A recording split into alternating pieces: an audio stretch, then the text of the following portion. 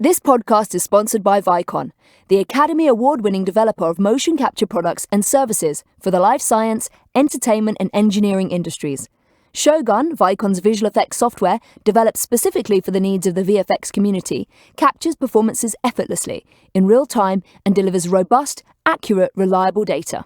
The latest release of Shogun now includes full range of motion, high-fidelity finger capture, along with other massive quality-of-life improvements, so you can capture reality faster. Find out more at www.vicon.com.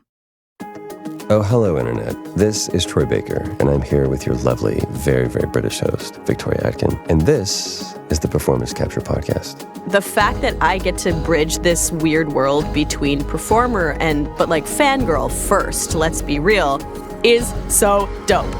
I kind of created my position. Nobody said, here, you go to school to become a performance capture producer. I pretty much created my own career. If there's something that you're curious about, or if you have any questions, go out and find the answers for yourself. What I think I love the best about it is just its family environment. The dots can tell if you're lying. Welcome back to Season 2 of the Performance Capture Podcast. I have another amazing guest lined up for you today. She has the most incredible hair in the industry and is calling us today from London. Can you introduce yourself and your professional title, please? My name is Katie Lydon and I grew up in Hull in the north of England. And Katie, can you tell me and everybody listening today what your professional title is? My title is Virtual Production Supervisor. Tell us a little bit more about that. What does that entail? That kind of entails a whole bunch of things on the motion capture side. So from capturing data to running headcams, and I specialize in building tools in Unreal for live previs. So you can have all sorts of fun things from virtual cameras to VR scouting, all that kind of stuff. And for anybody that's not technical like myself, what does the term previs mean? What would that entail? Live previs is being able to visualize the performance of an actor on a character live, so you can watch your performance on the character as you're seeing your actor perform. Oh, wow. So it's live streaming kind of thing, and then it writes it to the animation. Wow, that's cool. And we always ask everybody that comes on this show, because I'm sure you know that describing what performance capture is never very easy. So we're going to give you the first challenge of the day, which is how you would best describe what performance capture is. Performance capture is, at its core, just recording the body and face data of a person in the suit. So you stick them in Lycra, cover them in shiny balls, and hit record at its core. And it's a lot of fun. It's a lot of fun because it can be absolutely anything. Any action you can think of, we can probably capture it. Wow, that's great. And just off topic, because I've been seeing different things.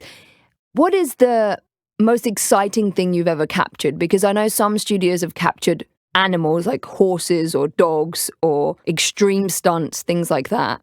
What's the weirdest thing that you've ever captured? I personally really like capturing creature work. Okay. Because there's something phenomenal about watching a person who is just walking around just suddenly change down into moving around as an ape or as a vampire or something that's just crawling around on all fours. It's incredible to just see this switch flipped, and it's like, oh my god, they're not human anymore, but they're definitely human. I can see them, but their motion is really not that, and it's such an incredible skill. It's amazing to watch. That's so cool. I love that.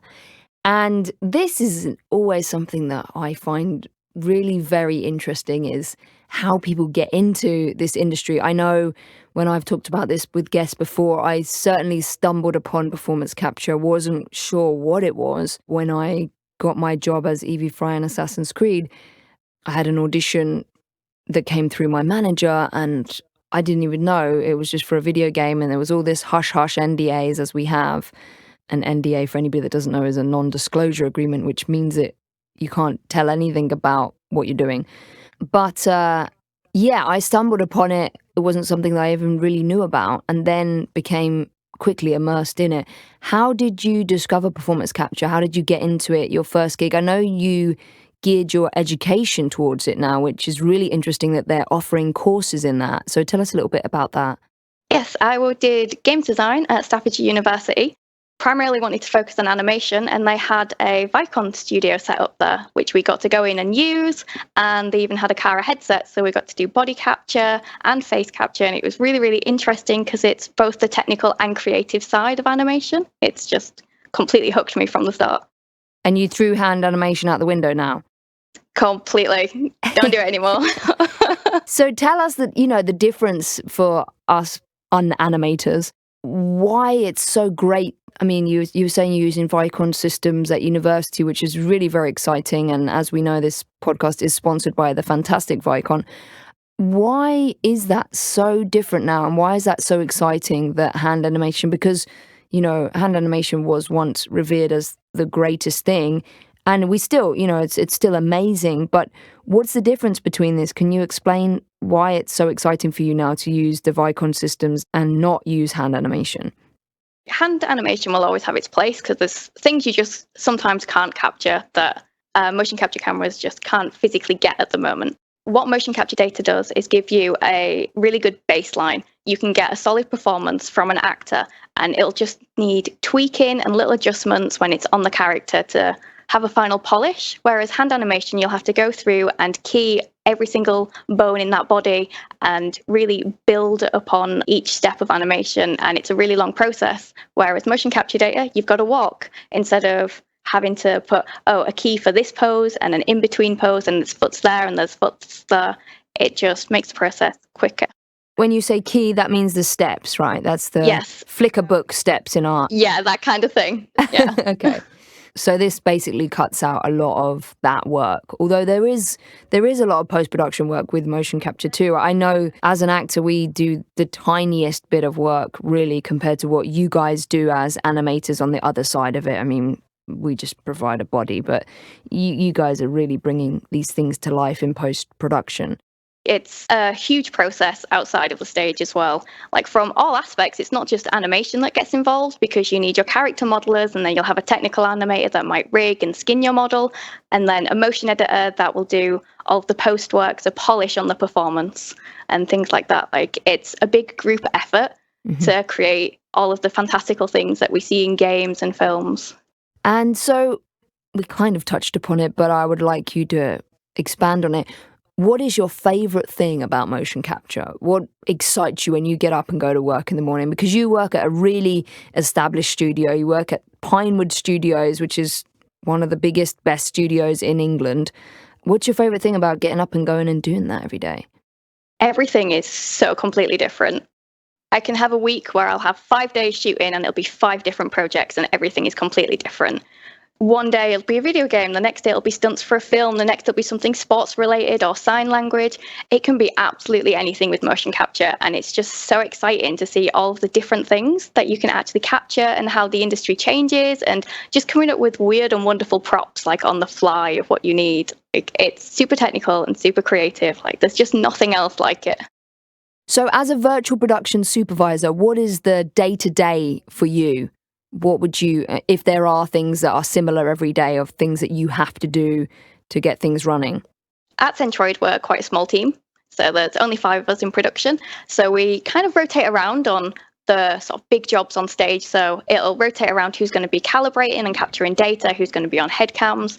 So really, I could be running the system, I could be running headcams, I could be on a ref cam, I could be running the floor, like any of those things. And then it's a combination of a group effort. So when someone needs a prop that we know nothing about, it's like, oh, I need a skeleton that's hanging inside a locker. Okay, how are we going to make this mocap friendly? Because they've got to put their hands in, they've got to interact with it. Oh God, and then just suddenly running around a little bit like a maniac and just pulling random bits and bobs that we have just dotted around the stage and just bringing something to life that works. That's really great. I love that. And I like mocap props because I remember once on Assassin's Creed we had a lady that had to have a dog in a purse that she carried around. And it was just this almost like a foam brick that she carried that we had to pretend and talk to the dog, which was always fun. We have so much stuff that's just made out of like scaff poles. It's like, oh, you need a torch, have a scaff pole. Oh, you need a lantern, have a scaff pole, like a cable tie on it. Here you go.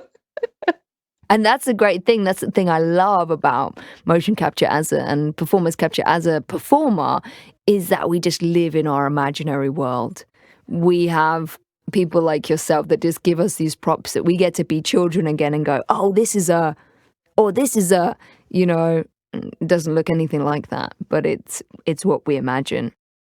So we've began to talk about things that you love about motion capture. Can you tell us a specific experience that you've enjoyed on the motion capture stage? Maybe a project that you're allowed to talk about now that has been out, or also tell us a few of the projects that you've worked on. So one of the favourite things that we've worked on is probably StorySign, which is an app to help deaf children learn how to read. So we've had all kinds of different translators for different languages come in and sign different books for us. And it's been a really interesting experience and quite a learning experience as well, because we've had translators who've come in who are deaf and may not lip read and may not speak English either. So you're having to explain the process to an interpreter who'll then explain it to the translator. And then it's like this really kind of interesting experience of just interacting with new people and finding different ways to be able to achieve the end goal. And it's just such a nice experience to do something that's not always just like guns and shooting and everyone's dead, which is great. But it's nice to kind of feel like it's something that's helping people as well. It's showing the other side. That is really, really rewarding. I've actually been learning American Sign Language here in Los Angeles, and I have a new little baby that I'm trying to get to do baby sign. So I'm really, that makes me so happy. I wasn't expecting that answer.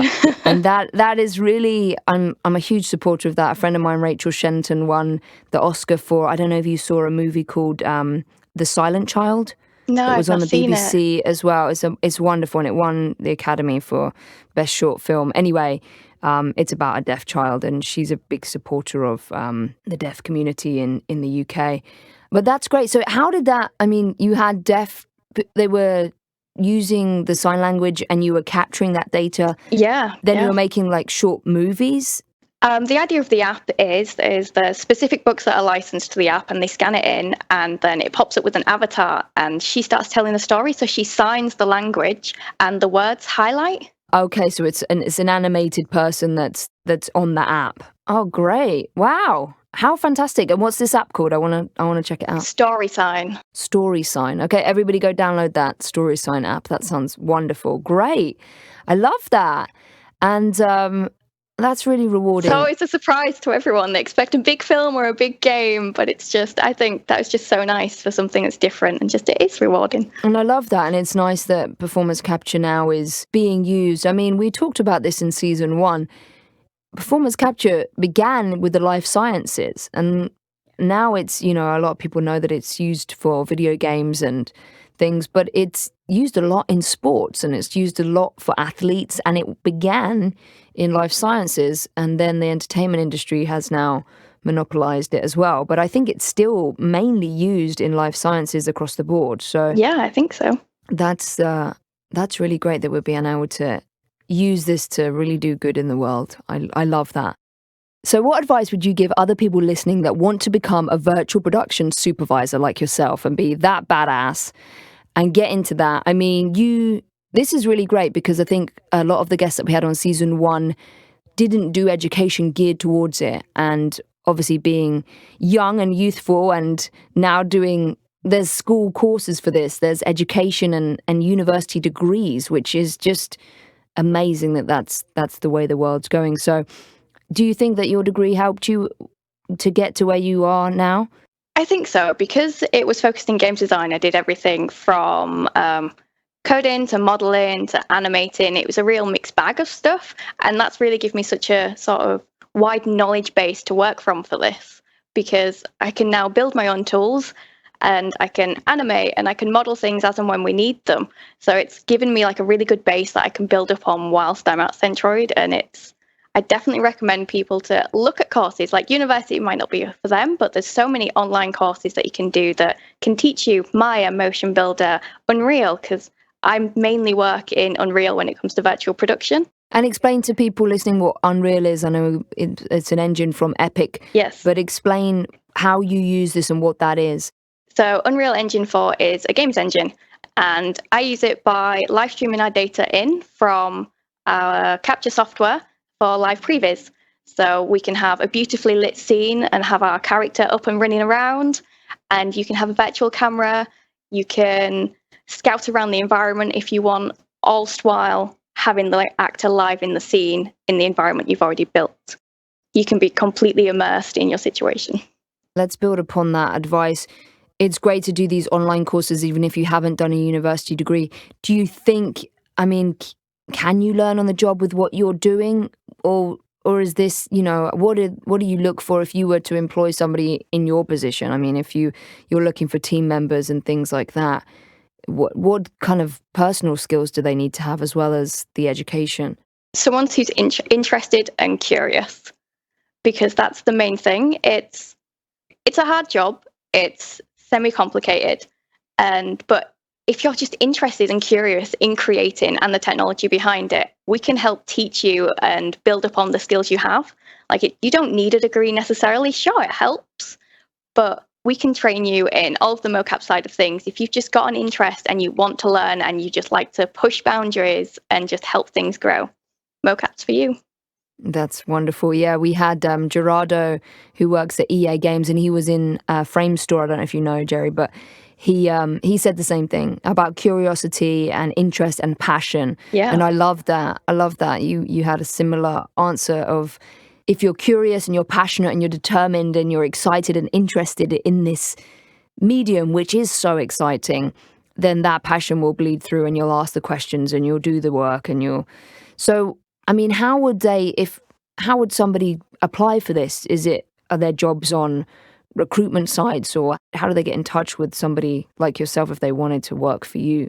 So a lot of the times, if you want to apply for a mocap job, it'll be on LinkedIn, on someone's website, or even just on Facebook or on Twitter. There's just a random question asked like, hey, we're kind of looking for this. Get in touch, let us know what you can do. I don't feel like there's so much like a traditional way of hiring anymore when it comes to mocap and VFX and that kind of thing. If you're interested and you have a skill set that you feel you could offer, just get in touch with places. The worst thing you're going to get is a no. I love that. Yeah. And that's great. And it's nice that this medium is open. And thank you for letting us know. So how can we find you and follow your journey on social media and things like that? How do we stay in touch with Katie and what you're up to? Do you post much about your jobs? When you're not on an NDA? I don't post a lot about my work because it's NDA all the time, I'm afraid. But you can always get in touch with me on LinkedIn or Instagram, anything like that. I'm happy to answer any questions. What's your Instagram at? It's at Silvyberry. Oh, and how do we spell that? That's Silvybeary. Well, Katie, it has been an absolute pleasure having you on here. Thank you for Skyping us from London to LA today. We are so thrilled to have you as a guest on season 2. We'd like to thank our sponsors, Vicon, and I'm so excited that you got to use the Vicon system at university. That's really very cool that Vicon are providing that for students these days. Thank you so much for coming on, and we look forward to seeing the rest of your journey as your career progresses. I'm pretty sure that you're going to be one of the badasses at the top, doing everything, and I hope one day that I'm on the stage where you're supervising. Oh, I really hope so. It'd be great. That would be so fun. Thank you for having me. Yeah, of course. Thanks for coming on. This recording was done by Formosa Interactive, a full-service post-production sound company. Among its many divisions, Formosa Group as a whole offers independent and AAA content creators end-to-end services, including voiceover, sound supervision, sound design, editorial, mixing and music for gaming, film, broadcast, and other platforms. Visit www.formosagroup.com for more information. Thank you to Soundbox LA for editing this episode.